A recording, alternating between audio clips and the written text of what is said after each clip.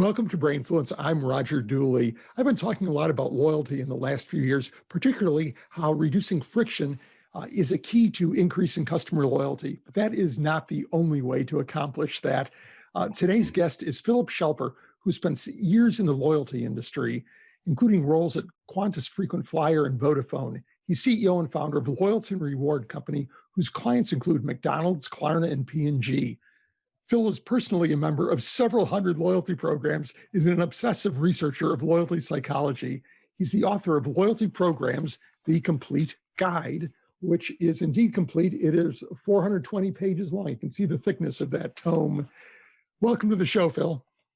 Thank you, Roger. It's great to be here. Great. Likewise. So, Phil, if you are a member of 400 loyalty programs, you must get a heck of a lot of mail in your inbox. How many emails do you get every day or week or month? I sure do, yeah. So if you think that the average loyalty program could be sending as many as 5 emails a week, that adds up to thousands and thousands of emails a month. It's pretty ridiculous when we see how much communications some loyalty programs send out. Well, yeah, today I had a great example of that. Believe it or not, this was a perfect preparation for this conversation, Phil, because I'm a member of Starbucks Rewards, and within 29 minutes I got 2 separate loyalty emails, one telling me how I could earn 50 points and another how I could earn 125 points. Now, to me, either one might have been okay, but, 2 within a half an hour just seems excessive. And to me, this is the kind of thing that gets people to unsubscribe, because I've done that from loyalty programs, from other kinds of marketing emails, where I would welcome an occasional email, particularly something that's targeted at me, my interests, my needs. But getting inundated like that, just eventually, it's too much effort to keep deleting it, and it's annoying. Exactly. It almost becomes a point of friction where people see that being a member of the program, the primary interaction with the program is actually them going in and deleting emails from their inbox. It's just a major irritant. Yeah, and it would be smart, it seems, to calibrate that effort somehow, depending on how often you're interacting with the emails, how often you're interacting with the brand, and so on. One example, though, isn't exactly a loyalty program, but marketing emails that I've used as an example is Office Depot, the big office supply retailer here. And I created a 99-cent print order for them. I needed a high-quality color printout that I couldn't do in my office, so I sent it there. They printed out. Everything was fine. For that $1 purchase, I apparently woke up their email system, because then I began getting these emails at least daily, and sometimes 2 or 3 times a day, totally random sale products and such. And this was such a waste, because they're the closest place to me for buying office supplies. I would welcome something that said, "Hey, Roger, you might be running out of paper now. It's been a while since you bought it." But to just inundate me, and I did a screen grab of my inbox with them sorted, and it's just overwhelming, the amount of effort that it took to delete them. And I unsubscribed, as probably any rational person would do. It's too bad that whether it's a loyalty program or other kinds of marketing email, brands don't just quite get that email is not free. There's, even if it costs you very little to send out, there is a small but real cost on the receiving end of that email too. Yeah, it's very interesting. We've done quite a bit of study of the psychology of organizations in order to try and understand how that dynamic occurs, because obviously it's not in the company's best interest to keep on hitting the member base with email after email after email, when the open rates and the would be quite low and the unsubscribe rates would be quite high.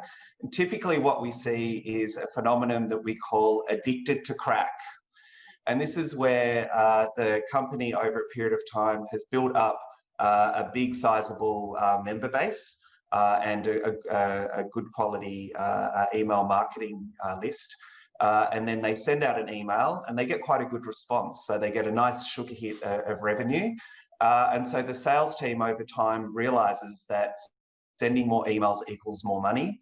And so they start to put pressure on the marketing team to just keep sending just one more email, just one more email, just one more email, because they become addicted to those short sugar hit spikes in revenue in order to hit their weekly targets. So it really skews the view of the company towards hitting short-term revenue targets at the expense of longer-term member base preservation. Yeah, I've seen the same thing with price discounting, where salespeople need to hit their target, so they will run a sale price to push some extra inventory into the channel or to get more customers to buy. But in the long run, you're simply sort of borrowing against that future equity when you do that, and then you're going to have an even worse problem the next period. But to clarify terminology, are rewards programs and loyalty programs pretty much different names for the same thing, or is there a distinction? Yeah, kind of. We try to classify three different areas with respect to that. So the first one is general customer engagement strategy. So that is where the company has a specific strategy they've developed in order to drive deeper customer engagement, which could be general discounting, bonus products, that type of thing. So that's a pretty common thing that you see throughout all of retail.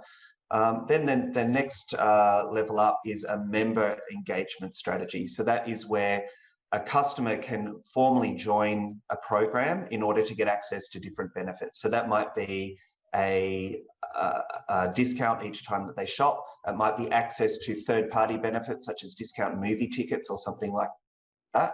And then the third level up is a formal loyalty program. So that is where the member joins a formal program, and each time they shop, they're provided with a reward that is commensurate with the amount that they've spent.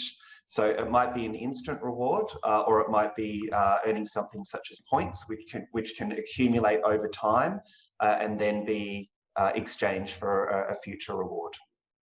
Mm-hmm. Yeah, I was going to start with a provocative question like, do loyalty programs really work, Phil? And I realized that we just had some, beyond the fact that there's an entire industry built around them, so presumably they do, but we just saw pretty good evidence of that in the airline industry, where the loyalty programs are worth more than the airlines themselves these days. The airlines are running out of money while the loyalty programs are worth billions, and the airlines have actually sort of mortgage those loyalty programs to allow them to keep operating. So there is apparently some stored value in them. Yeah, that's right.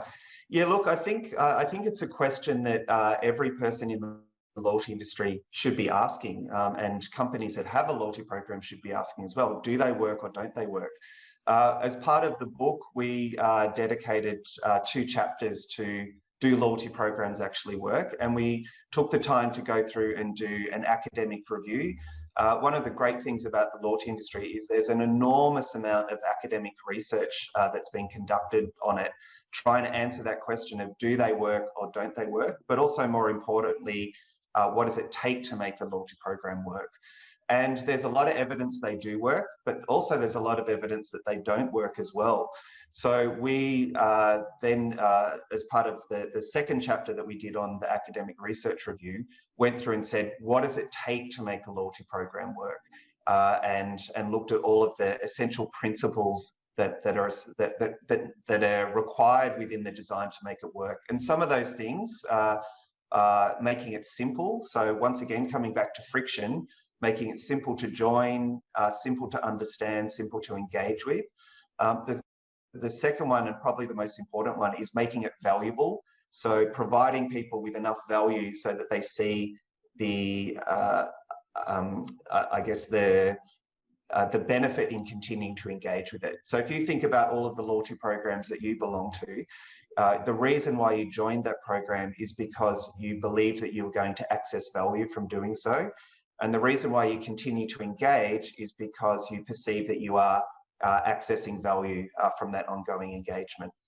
And another really important one, which a lot of loyalty programs don't have the capability to achieve, but some certainly do, and particularly the airline programs, is making it emotional. So within, I guess most brand managers see the importance of working hard to build an emotional connection between the customer and the brand. And within loyalty programs, the way that that is generally achieved is via providing the member with a sense of belonging and a sense of exclusivity. And there's some real psychology here. So belonging is important. So if you think about Tajfel's social identity theory, if we belong to groups that are positive, that increases our self-esteem. So if we're a platinum frequent flyer member, that actually makes us feel like we're part of an exclusive set and improves our self-esteem. And so we want more of that. And exclusivity is a really great one. So my favorite metaphor for that is when you fly business class and you get to board first and you're sitting in your seat drinking a glass of champagne, while the economy class all file past you up to the back of the plane. It just makes us feel really good that we're getting access to something that other people aren't. Mm-hmm. Yeah, it was funny in the lead up to this conversation, Phil. I thought of pretty much the same example, only in reverse, because at first I thought, well, it's not really an identity thing. And then I thought of how I've been a lead on United for about half a dozen years now. And, how I would feel walking past those big wide seats where people have already been served their cocktail and ending up in the middle of the last row that doesn't recline and thinking, wow, okay, that would really make me feel like, less of a serious business traveler, particularly if I knew that those seats were out of reach, like on those cases where I may not get an upgrade. Okay, well I could be there, just luck of the draw. But when you know that you have no chance unless you pay, 3 times as much for the ticket, then that hurts a little bit more, I think. But, I think on that emotional component, Phil, I think the airlines also raise the question if it can become too transactional.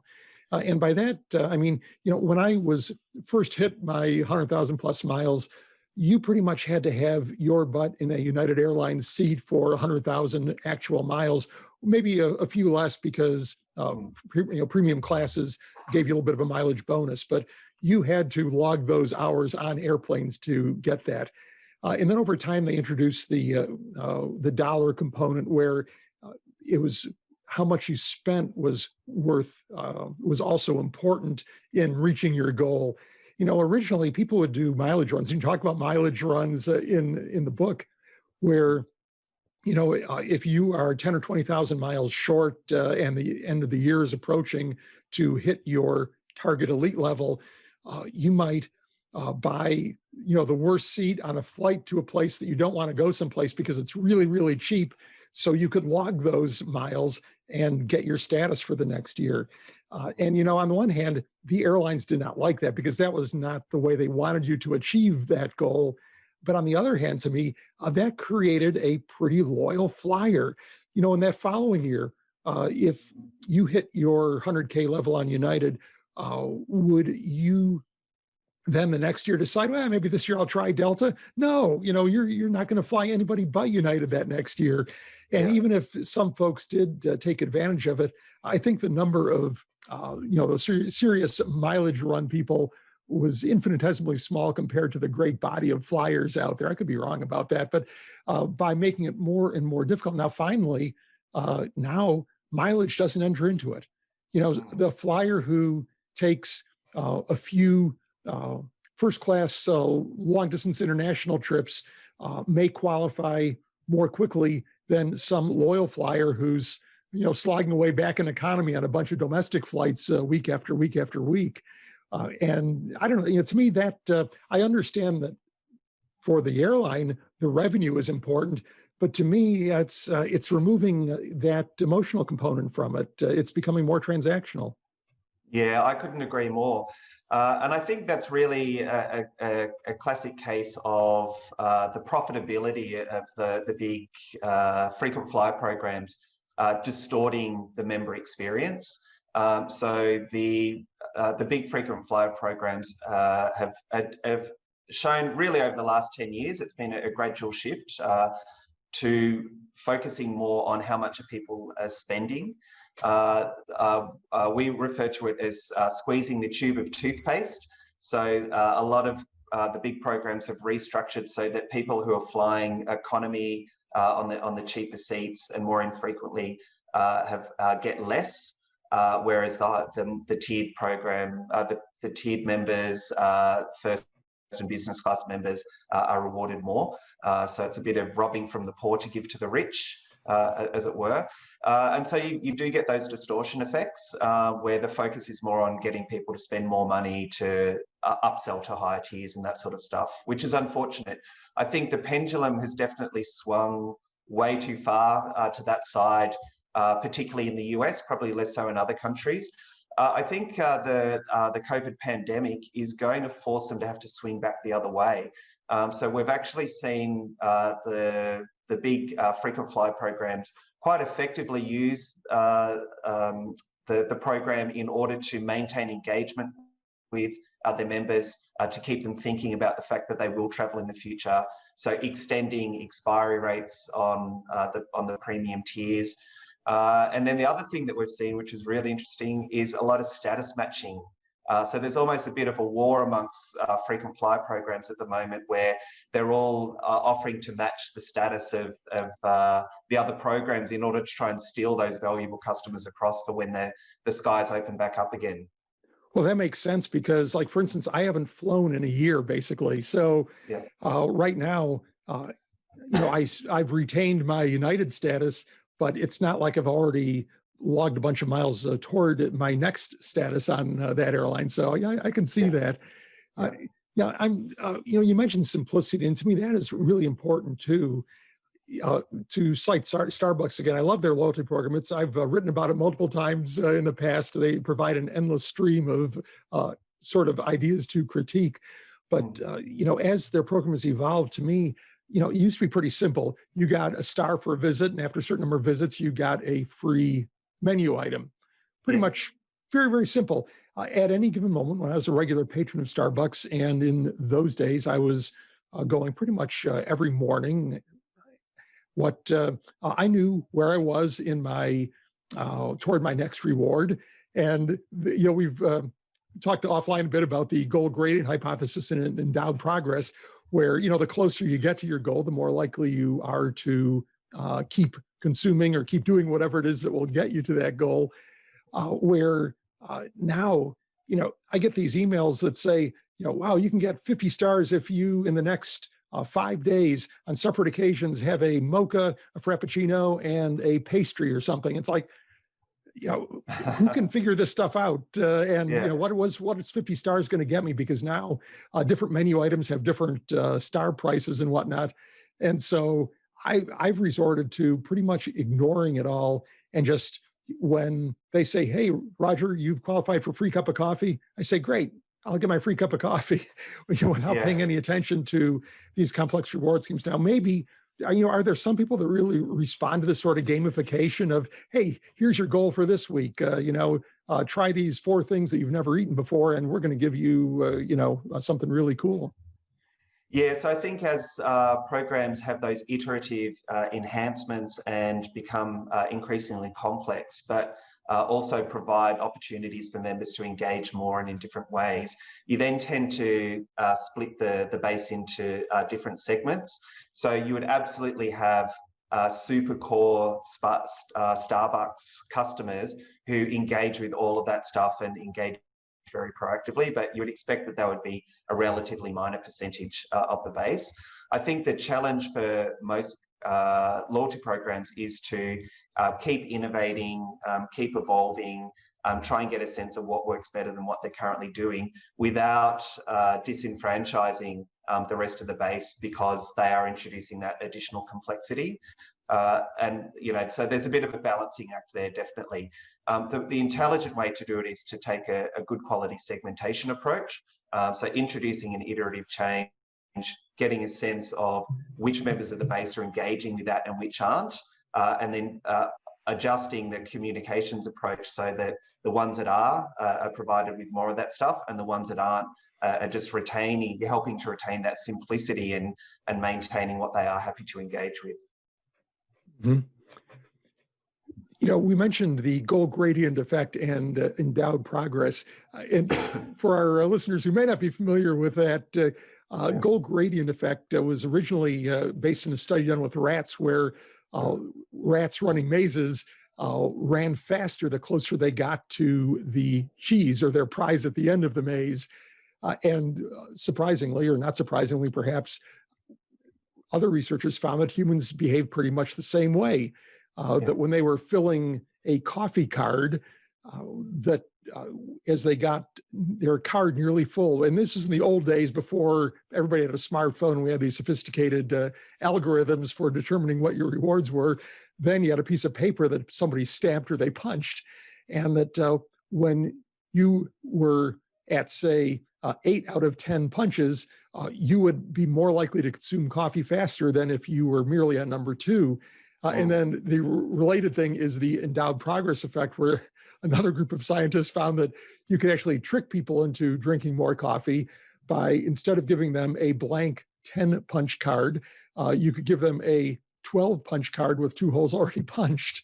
And even though it's the identical outcome, that worked a bit better. I'm curious, how many loyalty programs understand this and use it effectively? Yeah, I would be surprised if many loyalty programs understand the underlying psychology of it. But I think we've got a situation where early loyalty programs have utilized that approach, and then other companies have simply replicated it without actually understanding what they're doing. I think it's very important, and this is why we dedicated 2 full chapters to this psychology of loyalty within the book. From our perspective, it's very important that people take the time to research the psychology, such as endowed progress effect, goal gradient effect, so that they know why their program is designed the way that it is, and not just because their competitors doing that and it makes sense. And it's absolutely fascinating. You know, as per the conversation that we're having before we started the podcast, the great thing about the loyalty industry is that you can take good quality psychological principles and apply them to a loyalty program, and they actually work. And it's amazing how many different types of psychological theories are woven into loyalty programs at different levels and different aspects. So, you know, people should take the time to really dive into the detail of that and find out what's actually going on there, and how they can structure their program in a way that will help enhance those effects. So, as an example, the endowed progress effect is important because when people hate starting stuff, but when they do start something, they feel compelled to complete it. Right? That's the basic psychology there. So, but what a lot of loyalty programs don't do is make it very clear to the member that they have started a journey and they're on the way towards a goal, and help them to progress the goal via a good quality progress tracker. So even just basic stuff like that will significantly ramp up the level of member engagement with the program because that psychology is so effective. Mm-hmm. Yeah, and that's important, not even just in loyalty programs, but in other marketing spheres as well.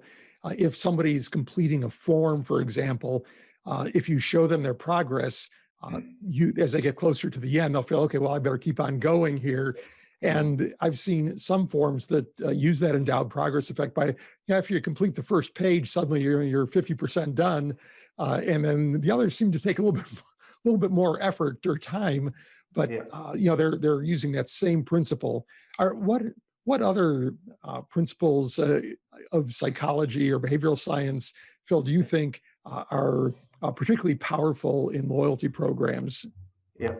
So I always chop and change what my favorite is, but my favorite at the moment is commitment theory.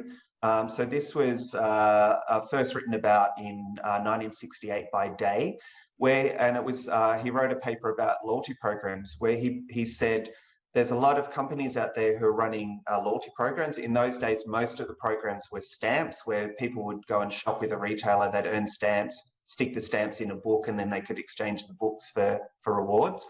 What he wrote was that companies who are measuring whether their customers are loyal or not are simply measuring it based on their behavior, i.e., are they coming in and shopping once a week on a regular basis, and making an assumption that because they were doing that, they had a very loyal customer base. But what he pointed out was that was just measuring behavioral commitment, whereas what they needed to start measuring was attitudinal commitment, i.e., did the customer actually feel an emotional connection with the brand, and by default feel genuinely loyal. And he pointed out that this effective commitment is a precursor towards true loyalty, and so companies should be focusing a lot more on that. Now, that was back in '68. We're now in 2021, if you can believe it, and we survived 2020. So how about that? And we still see the same thing. So whenever we're going and working with all of our different clients, big or small, we consistently see these companies measuring whether their customers are loyal or not based on behavioral measures, and not really looking at attitudinal. So there's two aspects to that. There's measuring the attitudinal commitment, but then there's also putting quality strategies in place to help continue to build that attitudinal commitment as well. And it's incredibly powerful if it can be achieved. People with attitudinal commitment towards a particular brand are genuinely more loyal. They are less susceptible to offers from competitors. If they have an unpleasant experience with the brand, they're much more likely to be forgiving about it. They're more likely to dedicate a greater share of wallet towards the brand, and so on and so forth. So it's a really big one. Right. So everybody wants more emotionally loyal customers, not just behaviorally loyal customers. But what are some strategies that have worked to produce that effect?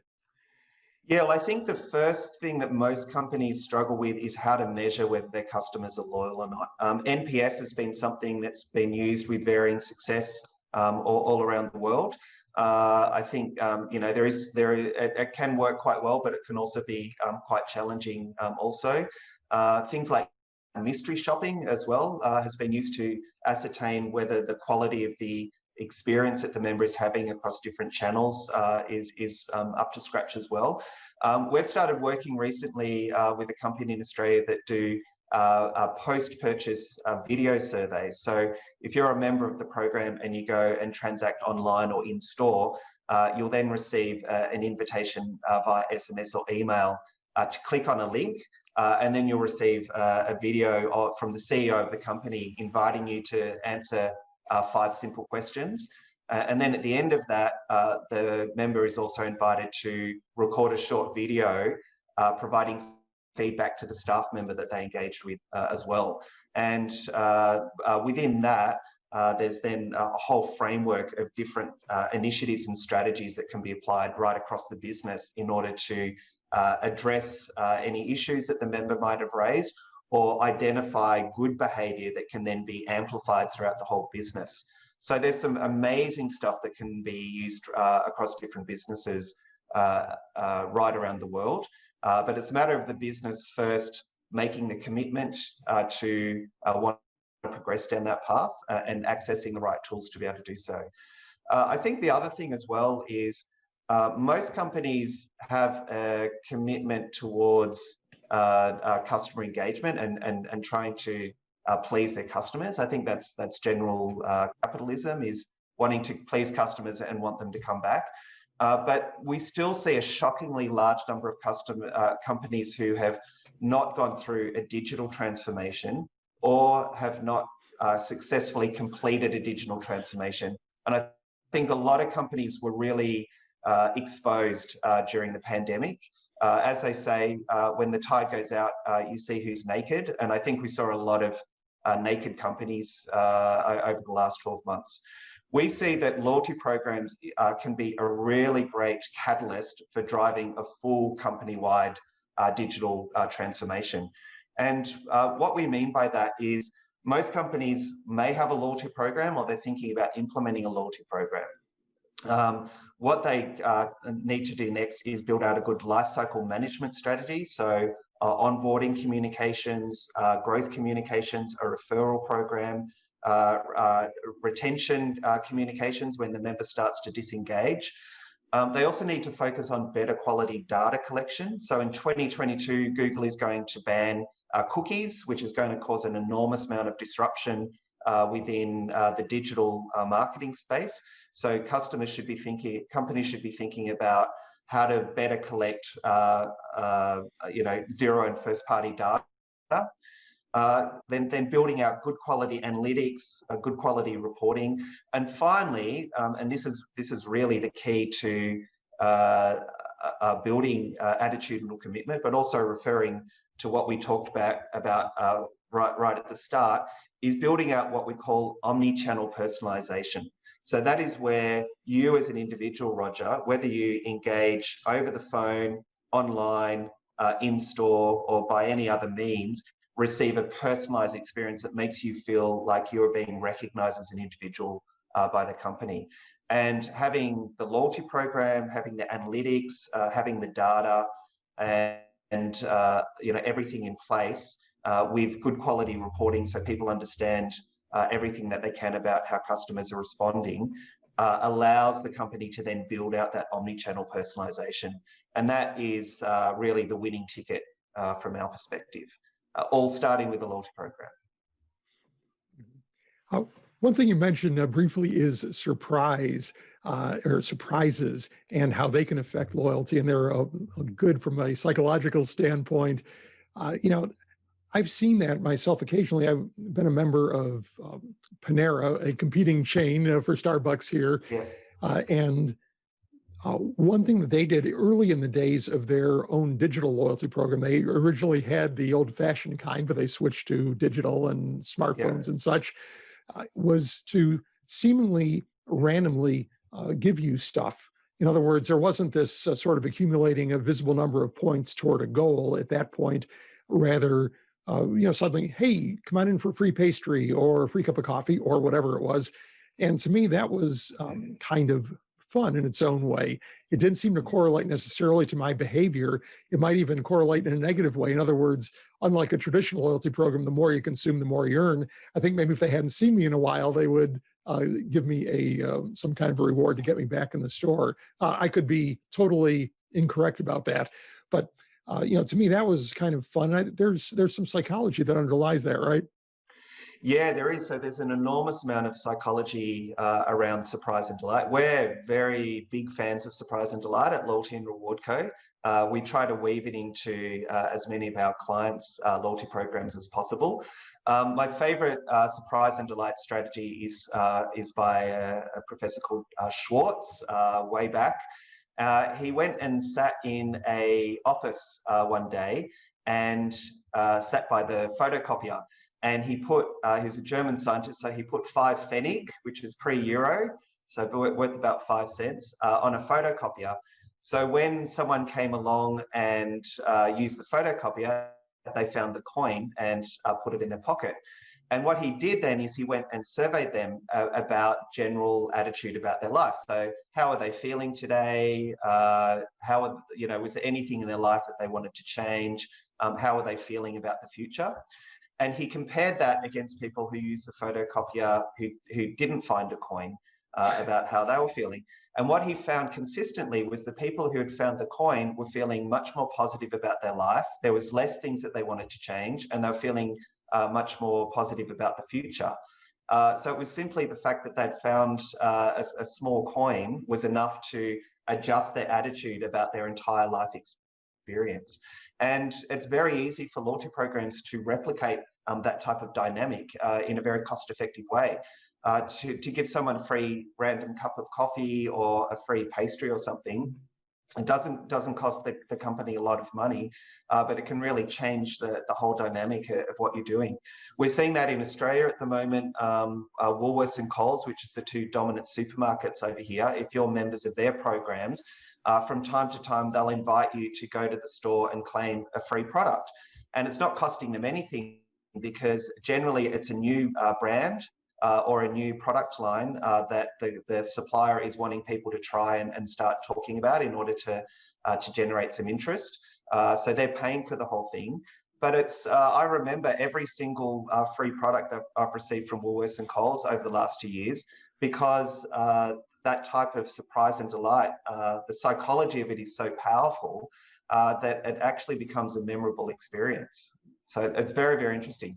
The challenge for a loyalty program becomes building the entire program around surprise and delight.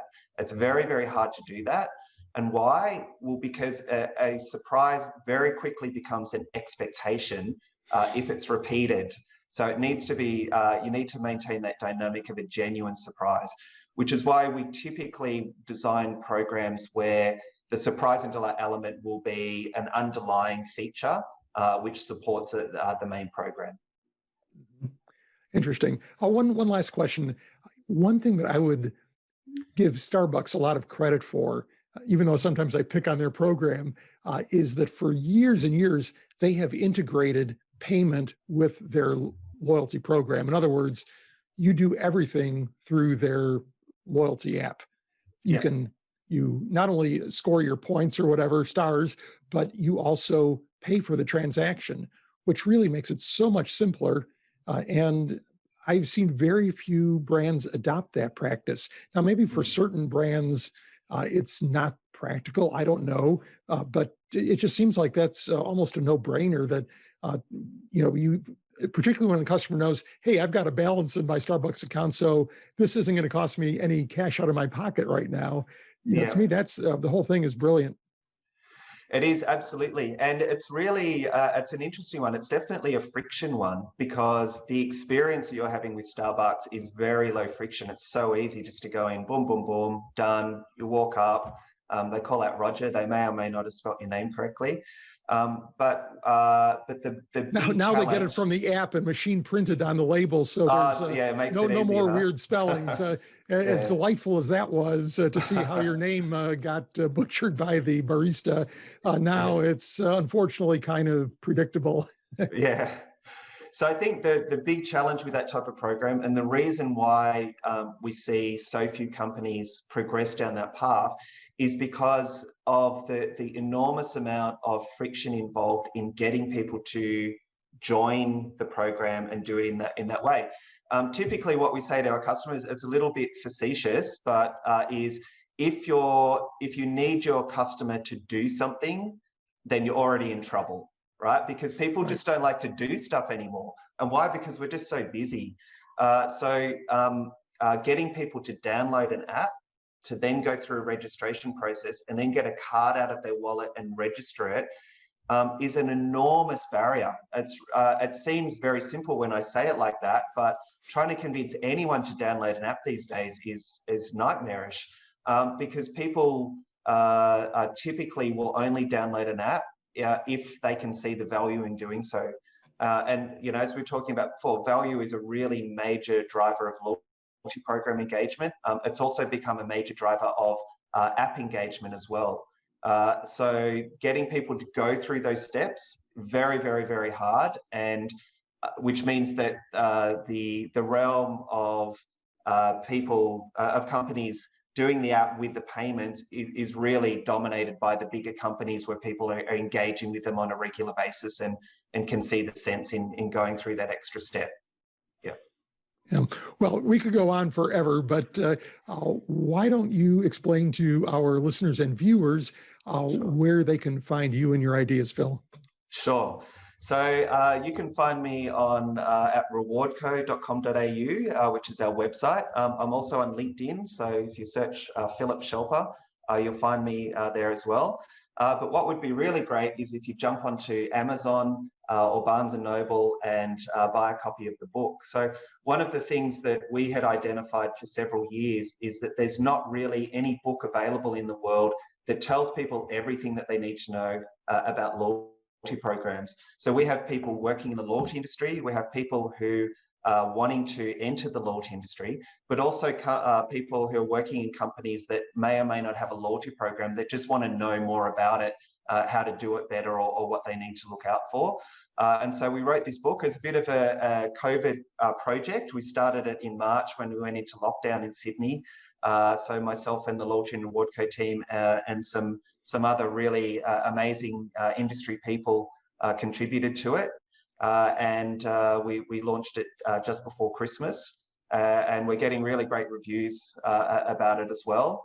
It's a bit of a textbook. We've built a a loyalty course around it, which we ran for the first time in November, and we're running again in February. And the book is the textbook for the course. So it's a reference guide. It'll tell you everything you need to know, and yeah, we're really proud of it. Right. Well, and I should point out too that it is extensively footnoted. So if you are the type of reader who likes to say, well, I believe the author, but I'd like to know where that information came from, this is one book where you'll find that information. And we will, of course, link to the book, to Phil's website, and to any other resources we mentioned on the show notes page at rogerdooley.com/podcast. And we'll have text, audio, and video versions of this conversation there as well. Phil, thanks for being on the show. Thanks so much, Roger.